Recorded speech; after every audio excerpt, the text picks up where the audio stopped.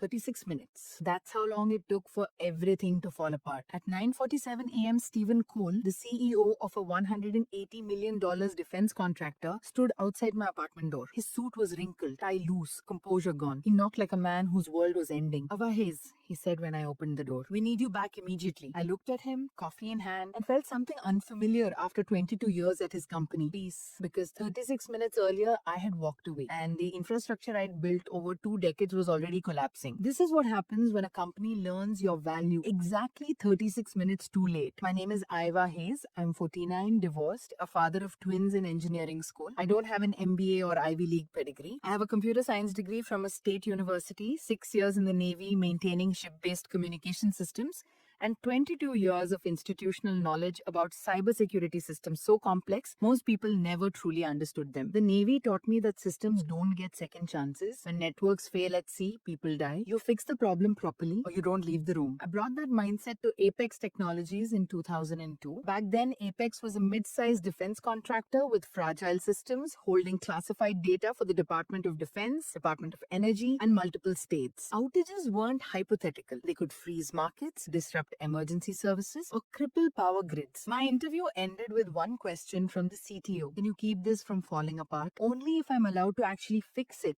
I said. He hired me that afternoon. For months, I observed. Systems were reactive, undocumented, stitched together by luck. I began documenting real failures, not theory, but lived incidents. Within 3 months, I identified 15 vulnerabilities that could shut us down. I rebuilt monitoring first because you can't fix what you can't see. Then security architecture, redundancy, logging, failover. By year 3, I was the person everyone called when things went sideways. Not by title, but because I was the only one who truly knew the systems. The company grew from $45 million to $180 million in revenue. Executives got bonuses, I got 3% raises, and branded coffee mugs. I believed competence would eventually be recognized. That was my mistake. 3 years ago, Apex professionalized leadership. Enter Stephen Cole, a Silicon Valley CEO who loved buzzwords and hated hearing about technical debt. Soon came MBAs, consultants, and executives who spoke fluently in PowerPoint, but not in reality. Then came Jason Pierce, MBA, zero cybersecurity experience, hired as Director of Security Strategy. I discovered his salary by accident. Base, $164,000. Bonus, 20%. Stock options, $15,000. Mine, base, $89,200. Bonus, 5%. Rarely paid stock options, $1,500. Jason had been there 8 months. I had been there 22 years. That night, I updated my resume for real. Within weeks, I had multiple offers. I accepted one quietly. All I needed was a reason to leave. You need to understand your position here, he said during my compensation review. Garrett Wells from HR gave it to me. He slid a paper across the table. Merit increase, 2.8%. I asked about Jason. Different qualifications, Garrett said. Leadership roles benchmarked differently. I thought about my kids' tuition, alimony, health insurance, peak earning years slipping away. Then I placed my resignation letter on the table. Effective immediately. I've been sleeping on this for 22 years, I said. This is me waking up. I walked out. By 9:12 a.m., my badge was deactivated. By 9:18, my system access was revoked. By 9:31, the first critical alert fired. Here's what people misunderstand about cybersecurity systems. They're living organisms. For 22 years, I was the institutional memory. Interdependent, fragile, full of undocumented exceptions. At 9:38 a.m., systems began degrading. Not failing outright, but rotting. False positives exploded. Real threats slipped through. No one knew why. By 10:15, Jason Pierce suggested restarting the system. By 10:23, Stephen Cole asked the question that mattered. Where's Ava Hayes? That's how he ended up at my door at 9:47. We'll pay you, he said. Consulting rate.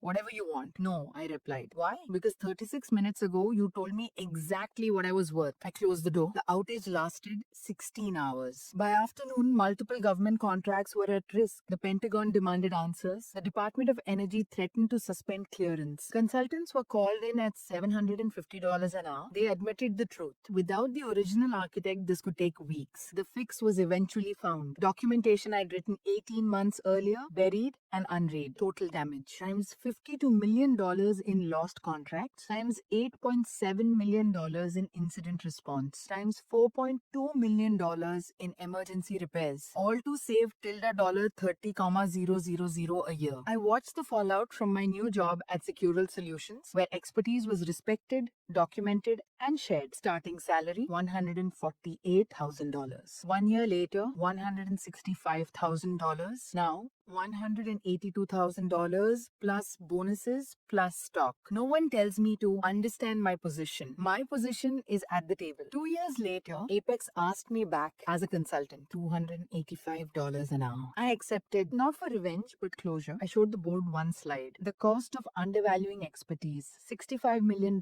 Stephen Cole stared at it for a long time. We made a catastrophic mistake, he said. Yes, I replied. Here's what those 36 minutes taught me. When someone tells you to understand your position, believe them. They're telling you how little they value you. You can stay and hope, or you can leave and let them learn the hard way. And when the CEO shows up at your door 36 minutes later, that's not victory, that's confirmation.